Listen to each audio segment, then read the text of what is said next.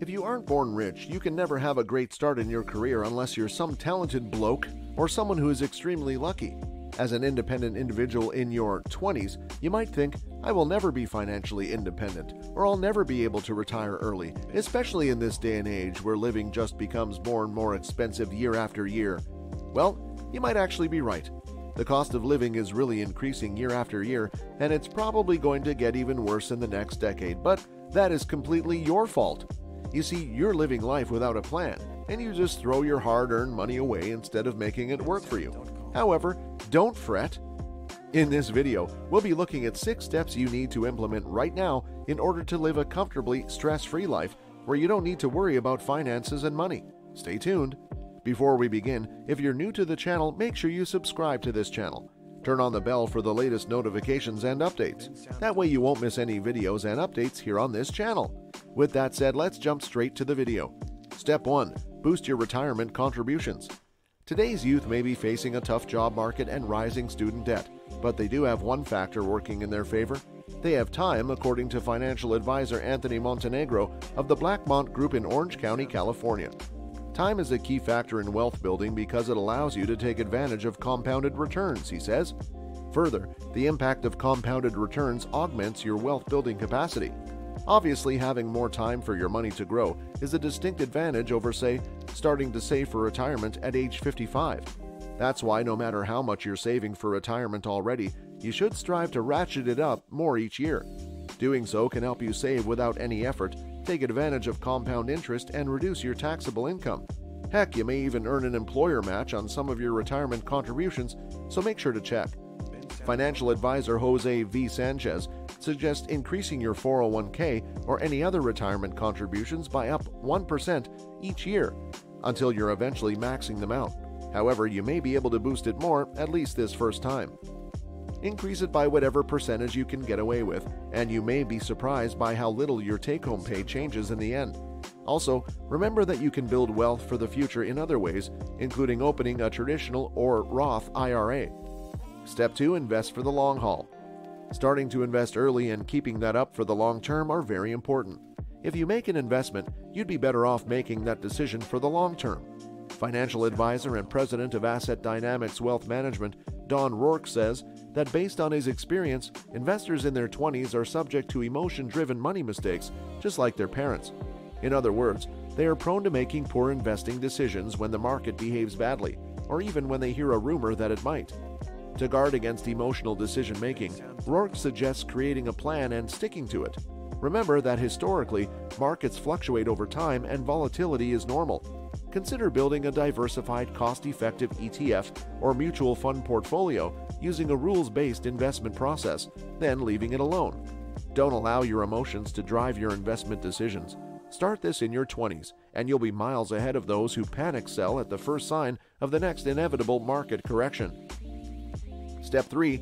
Allocate raises and windfalls. You will likely earn more money over the course of your career, even if it seems like the income you crave is decades away. While you'll probably want to improve your lifestyle as your income grows, experts say it's important to make sure at least some of your raises and windfalls are set aside for the greater good.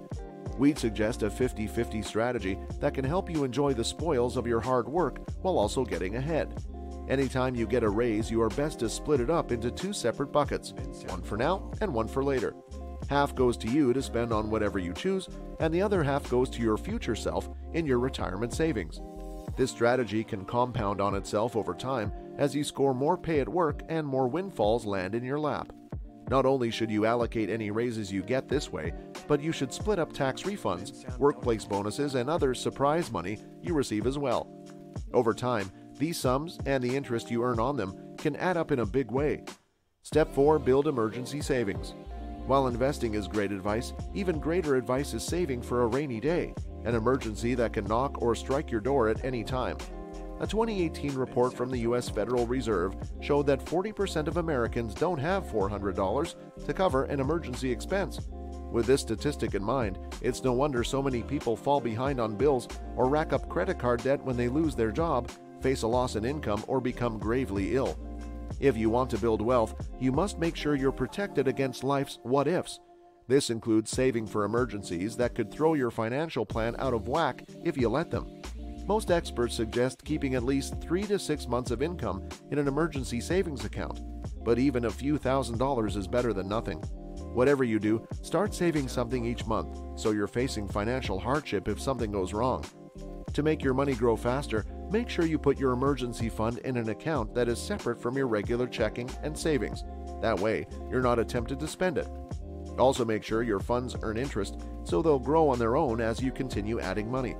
Many of the best online savings accounts offer 2% APY or more for qualified accounts, and short-term CD rates have also been increasing. Step 5. Pay down debt and stop adding new debt. It's easy to focus so much on building wealth that you forget to factor in your debts. Keep in mind that the average credit card APR is now over 17%, and remember, that's the average card. Many credit cards charge an annual percentage rate of 24.99% or more. If you're carrying credit card debt at a crazy high interest rate, the best thing you can do is pay it off right away. After all, paying off high-interest credit card debt can help you save huge sums of interest that you can turn around and invest. Also, make sure you're not adding to the pile. Racking up credit card debt to the tune of 17% APR or more makes little sense when you're trying to build wealth. The bottom line, pay off debt as quickly as you can, start using a budget, and learn to live within your means. This advice isn't sexy at all, but it will help you grow your net worth and your wealth over time. Step 6. Give up the new car smell.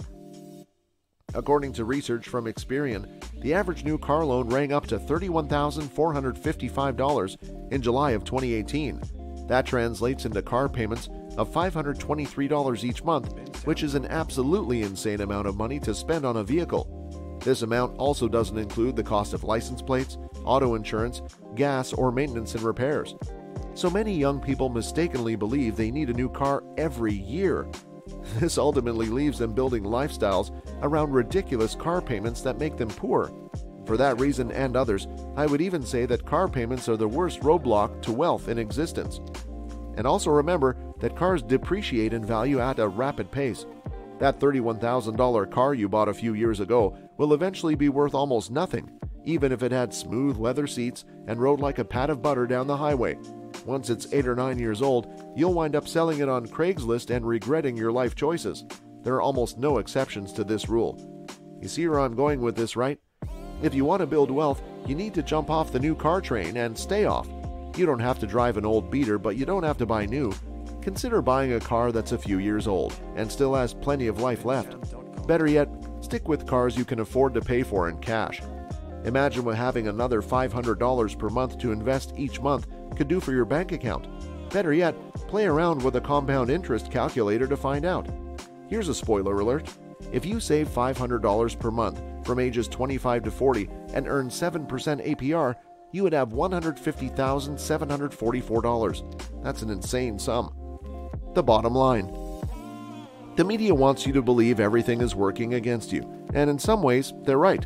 But you still have some control, especially when it comes to how you allocate and invest the money you earn. If you take my advice, the steps I've listed will help you land a lifetime ahead of your peers in the end. Do you want a smooth ride to retirement or a life filled with struggle and regret? Well, the choice is yours, and you have the privilege of making it now while time is still on your side. That's all I have for you in this video. Please like this video and share this video with your family and your friends. Subscribe to our channel and ring the notification bell so you can receive updates when we upload new videos. Hope you enjoyed watching this one. Thanks for watching.